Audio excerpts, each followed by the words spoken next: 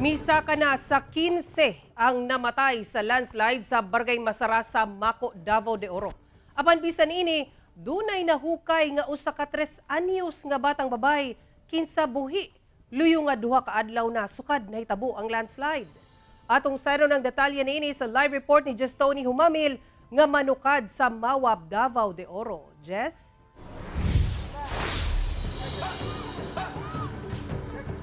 Sara, usa ka 3 anyos nga batang babae nga nalakip sa natabunan sa Midahiling Yuta sa Barangay Masara sa Maco, Davao de Oro niadtong Martes sa gabi ang nakalutan sa mga rescuers sa nagpadayong search, rescue and retrieval operations.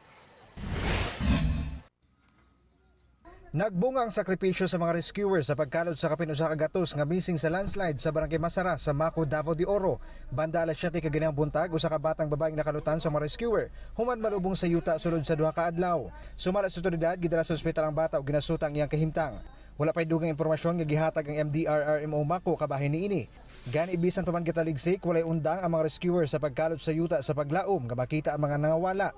Sa pinakuling datos sa MDRRMO Maco, karong adlaw as of 12 noon, gikumpirma sa MDRRMO Maco nga na nasa 15 ang namatay human ma-recover sa mga rescuer ang upat ka patayng lawas. Samtang ana paghihapon sa kapin usa ka gatos ang missing. Dili pa masuta sa MDRRMO Maco kung pila niini ang trabahante sa Apex Mining ug mga residente tungod for verification pa kini.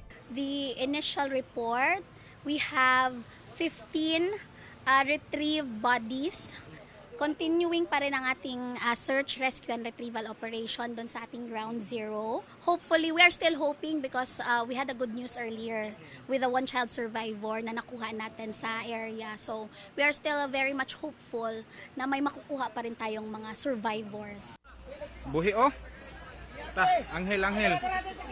Daw ginuog sa langit ang pag-ampo sa pamilya ni Chen ang 3 anyos nga batang babae na nakalutan sa mga rescuer. Grabe ang pagpasalamat sa amahan niini nga si Orlando Malacaste.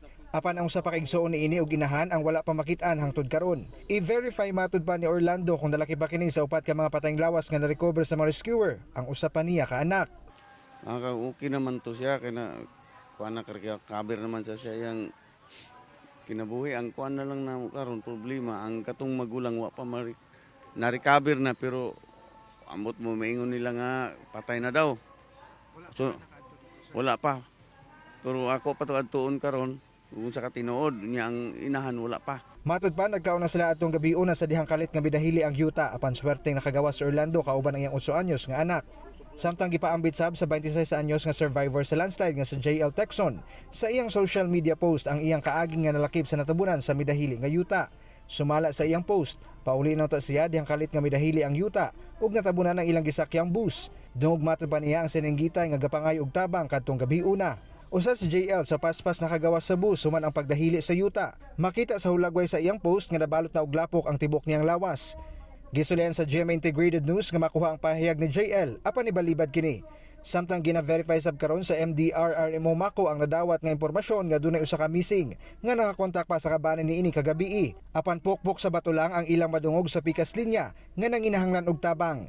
Kining usa ka babae sa paspas nga post human mahibaloan nga usa sa duha ka patayng lawas nga nakalutan usa sa iyang kabanay. Mitsabaw na lang si Lendros tungod hantod karon wala pa makita ang iyang asawa nga natabunan. Gipaambit sab sa ubang rescuer ang palisuray nga operasyon tungod gawas sa mga nasinati ang pag-ulan. Problema sab nila ang paglihok sa yuta nga delikado o kinahanglan nilang muhawa una sa lugar. Medyo lisod-lisod bod katong mga porsyon nga by portion mong ang area. So dili pud tanan nga sayon.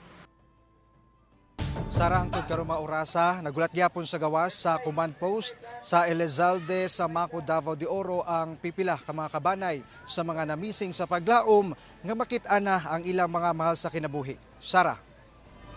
Okay, dagang salamat ug amping mo diha, Tony Humamil.